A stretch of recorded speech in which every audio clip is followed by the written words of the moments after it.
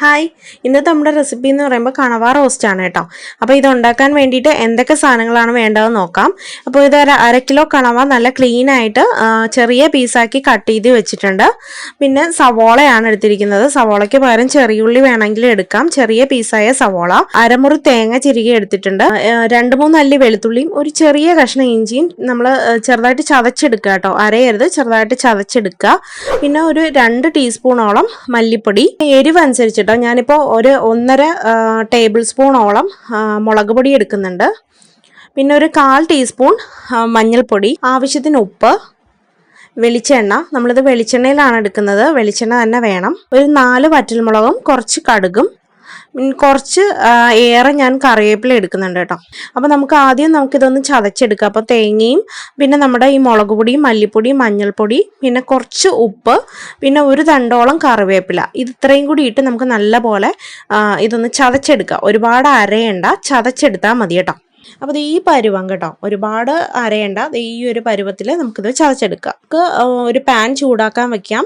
അതിനകത്തേക്ക് നമുക്ക് പാൻ ചൂടായതിന് ശേഷം കുറച്ച് വെളിച്ചെണ്ണ, ആവശ്യത്തിന് വെളിച്ചെണ്ണ ഒഴിക്കുക. അപ്പം ഞാനിപ്പോൾ 1 ടേബിൾ സ്പൂണോളം വെളിച്ചെണ്ണ ഒഴിച്ചിട്ടുണ്ട്. പിന്നെ കുറച്ച് കടുക്, നല്ലപോലെ കടുക് പൊട്ടി വരുമ്പോഴത്തേക്ക് നമുക്ക് വറ്റൽമുളകും അതുപോലെ തന്നെ കറിവേപ്പില ഇട്ട് കൊടുക്കുക. അപ്പോൾ അത് ചെറുതായിട്ടൊന്ന് ഇളക്കി കൊടുക്കുക. ഒരുപാട് ഡ്രൈ ആവണ്ട, ഒരുപാട് മൊരിയണ്ട, കടുക് കരിയരുത്, ചെറുതായിട്ടൊന്ന് വഴറ്റി കൊടുക്കുക. നമ്മൾ എടുത്തു വെച്ചിരിക്കുന്ന സവോള ഇതിലേക്ക് ആഡ് ചെയ്യുക കേട്ടോ. അപ്പോൾ സവോള തന്നെ വേണമെന്നില്ല, നമുക്ക് ചെറിയുള്ളി വേണമെങ്കിൽ ഇട്ട് കൊടുക്കുക കേട്ടോ. അല്ലെങ്കിൽ കുറച്ച് സവോളയും കുറച്ച് ചെറിയുള്ളിയായിട്ട് ഇട്ട് കൊടുക്കാം. ഞാനിപ്പോൾ സവോള ആഡ് ചെയ്തിരിക്കുന്നതേ ഉള്ളൂ. ചെറിയുള്ളി ആണെങ്കിൽ കുറേ കൂടെ ടേസ്റ്റി ആയിരിക്കും. അപ്പോൾ ഇത് ഒരുപാടങ്ങ് വഴണ്ട് കിട്ടേണ്ട, ചെറിയ രീതിയിൽ അതിൻ്റെ പച്ചമണം ഒന്ന് മാറിയാൽ മതി. അപ്പോൾ അതിനുവേണ്ടി ഞാൻ കുറച്ച് പെട്ടെന്നൊന്ന് വഴണ്ട് കിട്ടാൻ വേണ്ടിയിട്ട് കുറച്ച് ഉപ്പ് ഇതിനകത്ത് ആഡ് ചെയ്യുന്നുണ്ട്.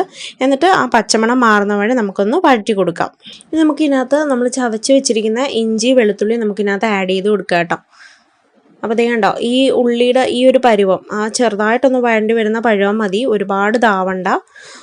നമ്മളിനി കുക്ക് ചെയ്യേണ്ടുള്ളതല്ലേ, അപ്പോൾ ചെറുതായിട്ടൊന്ന് വഴണ്ടാൽ മതി. എന്നിട്ട് നമുക്ക് ഇഞ്ചിയും വെളുത്തുള്ളിയും കൂടി ഇതിനകത്തിട്ട് ആ ഇഞ്ചിയുടെയും വെളുത്തുള്ളിയുടെയും പച്ചമണം മാറുന്ന വരെ ഒന്ന് ചെറുതായിട്ടൊന്ന് ഇളക്കി കൊടുക്കുക. എന്നിട്ട് നമുക്കിതിനകത്തേക്ക് നമ്മൾ അരച്ച് വെച്ചിരിക്കുന്ന അരപ്പ് ഇതിനകത്ത് ആഡ് ചെയ്ത് കൊടുക്കുക. അരപ്പിട്ട് കൊടുത്തതിന് ശേഷം നല്ലപോലെ അത് നമ്മൾ ഉള്ളിയും ഇതെല്ലാമായിട്ട് നല്ലപോലെ മിക്സ് ചെയ്ത് ഇളക്കി ചേർക്കുക കേട്ടോ. നമ്മളിത് നല്ലപോലെ മിക്സ് ചെയ്തതിന് ശേഷം ഇതിനകത്ത് നമുക്ക് ഉപ്പ് നോക്കുക കേട്ടോ. നമ്മളിപ്പോൾ അരപ്പിനകത്ത് കുറച്ച് ഉപ്പും സവോളയിനകത്ത് ഉപ്പിട്ടിട്ടുണ്ട്. അപ്പം ആവശ്യത്തിന് ബാക്കി വേണ്ട ഉപ്പും കൂടി നമ്മളിപ്പോൾ ആഡ് ചെയ്ത് കൊടുക്കുക. എന്നിട്ട് നല്ലപോലെ മിക്സ് ചെയ്തിട്ട് നമുക്ക് അതിനകത്തേക്ക് നമ്മുടെ ക്ലീൻ ചെയ്ത് വെച്ചിരിക്കുന്ന നമ്മുടെ കണവ ആഡ് ചെയ്ത് കൊടുക്കുക കേട്ടോ. അപ്പോൾ കണവ ആഡ് ചെയ്തിട്ട് ഇത് നല്ലപോലെ നമ്മുടെ ഈ മസാലയും അതുപോലെ തന്നെ കണവയും കൂടി നല്ലപോലെ മിക്സ് ചെയ്ത് ഒന്ന് കൂട്ടി വയ്ക്കുക. എന്നിട്ട് അടച്ച് വെച്ച് നമുക്കൊന്ന് കുക്ക് ചെയ്യണം കേട്ടോ. അപ്പോൾ അടയ്ക്കുന്നതിന് മുമ്പ് ഞാനതിപ്പം ഒരു 3 ടേബിൾ സ്പൂണോളം വെള്ളം കൂടി ആഡ് ചെയ്യുന്നുണ്ട് കേട്ടോ. അപ്പോൾ കണവയൊന്ന് വെന്ത് കിട്ടാൻ വേണ്ടിയിട്ടാണ്. ഒരുപാട് വെള്ളം ഒഴിക്കേണ്ട, ഒരു 3 ടേബിൾ സ്പൂണോളം വെള്ളം ഒഴിച്ചാൽ മതി കേട്ടോ. അത് ഒഴിച്ചിട്ട് ഒന്നും കൂടി ഒന്ന് മിക്സ് ചെയ്തിട്ട് ലോ ഫ്ലെയിമിൽ, നമ്മളിത് എപ്പോഴും നോൺ വെജ് ആയാലും ഒക്കെ കുക്ക് ചെയ്യുന്ന സമയത്ത് ലോ ഫ്ലെയിമിലിട്ട് വേണം കുക്ക് ചെയ്യാൻ, എങ്കിലേ കറക്റ്റ് പെർഫെക്റ്റ് ആയിട്ടുള്ള ടേസ്റ്റ് നമുക്ക് കിട്ടുകയുള്ളൂ. അപ്പോൾ ലോ ഫ്ലെയിമിലിട്ട് ഒരു 10 മിനിറ്റ് നമുക്ക് അടച്ച് വെച്ചൊന്ന് കുക്ക് ചെയ്യാം. അപ്പോൾ 10 മിനിറ്റ് കഴിഞ്ഞിട്ടുണ്ട്, നമുക്ക് തുറന്ന് നോക്കാം. അപ്പോൾ ഇതിനകത്ത് അതേ കണ്ടോ, കുറച്ചുകൂടെയൊക്കെ വെള്ളമുണ്ട്. അപ്പോൾ നമുക്ക് ഇനി ഒന്നും കൂടി ഇതൊന്ന് അടച്ച് വെച്ചിട്ട് ഒരു 5 മിനിറ്റോളം കൂടി നമുക്കൊന്ന് കുക്ക് ചെയ്തെടുക്കാം. വെള്ളം ഒന്ന് ചെറുതായിട്ട് ഒന്നും കൂടി വറ്റി ഒന്ന് വേവട്ടെ. ആ വെള്ളത്തിൽ കിടന്ന് നമ്മൾ കണവ നല്ലോണം ഒന്ന് വേവട്ടെ. അപ്പോൾ ദേ നമ്മൾ നോക്കിയപ്പോൾ തുറന്ന് നോക്കിയപ്പോൾ കണ്ടോ, അത്യാവശ്യം വെള്ളമൊക്കെ നല്ലപോലെ വറ്റി വന്നിട്ടുണ്ട്. ഇനി നമ്മൾ തുറന്ന് വെച്ചിട്ട് ആ വെള്ളം ഒന്ന് ഡ്രൈ ആക്കി കൊടുത്താൽ മതി കേട്ടോ. ഇനി അടച്ച് വെച്ച് കുക്ക് ചെയ്യേണ്ട, ജസ്റ്റ് തുറന്നിട്ട് ആ വെള്ളം ഒന്ന് ഡ്രൈ ആക്കി കൊടുത്താൽ മതി. കണ്ടത് ഇതുപോലെ നമ്മൾ ആ വെള്ളം മാറിക്കഴിയുമ്പോൾ ഇതുപോലെ വിട്ട് വരും. നമ്മൾ എണ്ണയൊക്കെ തെളിഞ്ഞ് നല്ലപോലെ മസാല നമ്മുടെ കണവയിലോട്ട് മിക്സ് ചെയ്ത് നല്ലപോലെ റോസ്റ്റ് ആയിരുന്നുണ്ട്. അപ്പോൾ ഇനി ഇതിനകത്ത് പ്രത്യേകിച്ച് ഇനി ബാക്കിയൊന്നും ആഡ് ചെയ്യാനില്ല. നമ്മുടെ അവസാനമായിട്ട് നമുക്ക് കുറച്ച് കറിവേപ്പിലയും കൂടി ഇതിനകത്ത് ആഡ് ചെയ്യാം കേട്ടോ.